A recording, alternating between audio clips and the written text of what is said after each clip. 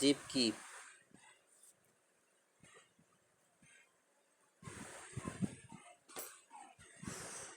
জীবজগৎ জীবজগৎ কিভাবে গঠিত হয়েছে? কিভাবে গঠিত হয়েছে? ছোট থেকে বড়, ছোট থেকে বড়, মাটি থেকে পানি, মাটি থেকে বাতাসে উপস্থিত বাতাসে নানা প্রকারের জীব নিয়েই আমাদের জীবজগৎ গঠিত হয়েছে। যেমন গরু, গাছ, মাছ, পোকামাকড়, ব্যাঙের ছাতা, ব্যাকটেরিয়া ইত্যাদি সকল জীব নিয়ে আমাদের জীবজগৎ গঠিত হয়েছে। জীব কি ব্যাখ্যা করো। যার জীবন আছে তাকে জীব বলে। যার জীবন আছে তাকে জীবের বেশ কিছু বৈশিষ্ট্য রয়েছে, আর যাদের মধ্যে এই বৈশিষ্ট্য দেখা যায় তাদেরকেই জীব হিসেবে অভিহিত করা হয়। যেমন গরু, মাছ, পোকামাকড়, ব্যাঙের ছাতা, ব্যাকটেরিয়া ইত্যাদি। জীবের প্রধান বৈশিষ্ট্যসমূহ 3 নম্বরে লেখছে, দেখো জীবের প্রধান বৈশিষ্ট্যসমূহ লেখো। জীবের প্রধান বৈশিষ্ট্যসমূহ হলো: জীবের প্রধান বৈশিষ্ট্য সমূহ 1 নম্বরে পুষ্টি লাভ, 2 নম্বরে বৃদ্ধি ও বিকাশ, 3 নম্বরে শক্তির রূপান্তর, 4 নম্বরে প্রজনন, 5 নম্বরে পরিবেশের প্রতি প্রতিক্রিয়া ও 6 নম্বরে অভিযোজন। এটা হচ্ছে কি জীবের বৈশিষ্ট্য। জীবের দুটি প্রধান বৈশিষ্ট্য উদাহরণ সহ লেখো। জীবের দুটি প্রধান বৈশিষ্ট্য উদাহরণ সহ লেখা হলো: 1 নম্বরে শক্তির রূপান্তর। জীব তার দেহে শক্তির রূপান্তর ঘটায়। যেমন প্রাণীদেহে উৎপন্ন শক্তি তার দেহের বিভিন্ন কাজে ব্যবহার করে। প্রজনন, জীবের প্রজনন ঘটে। এই প্রক্রিয়ায় জীবের বংশবিস্তার হয়। যেমন মানুষ সন্তান সন্ততি উৎপাদনের মাধ্যমে বংশবিস্তার ঘটায়। দেখো স্বভোজী জীব বলতে কি বুঝো? যেসব জীব নিজে নিজে খাদ্য তৈরি করে তাদেরকে স্বভোজী জীব বলে। যেমন উদ্ভিদ তার পাতায় উপস্থিত ক্লোরোফিলের সাহায্যে নিজের খাদ্য নিজেই তৈরি করে। দেখো বিজ্ঞানে তোমার পরীক্ষায় কি কি দেবে, কিভাবে দেবে। বিজ্ঞান হইছে পূর্ণমান কত জানো? 100। এই যে 100, ঠিক আছে। সময় 2 ঘন্টা 30 মিনিট। তোমার 2 ঘন্টা 30 মিনিট সময় দেবে। হ্যাঁ, এখানে কি কি আছে দেখো, তোমার পরীক্ষায় কি কি দেবে।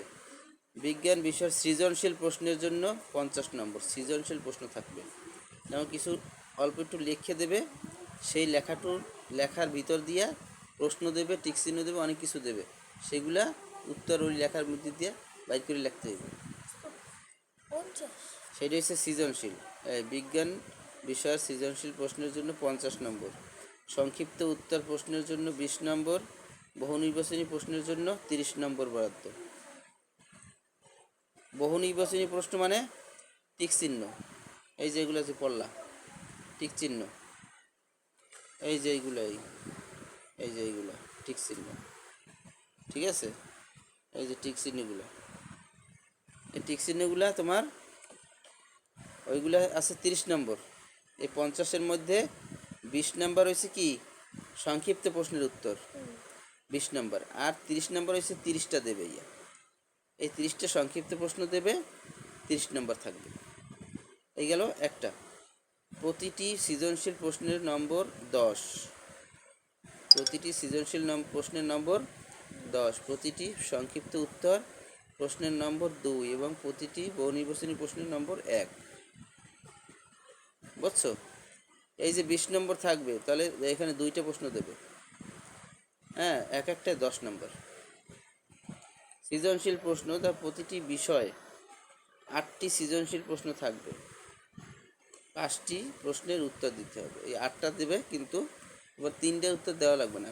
ওই যে 5টা পারবো ওই 5টাই দেবা। 8টার মধ্যে কি ওই 5টার উত্তর দেবা যে 5টা পারবা। আর মনে করো একটা পারো না, আর একটা উত্তর দিলে হইবে। এইভাবে যদি 5টা পারো তাতে তোমার হ্যাঁ, অ্যান্সার হয়ে যাবে, নাম্বার কাটতে পারবে না।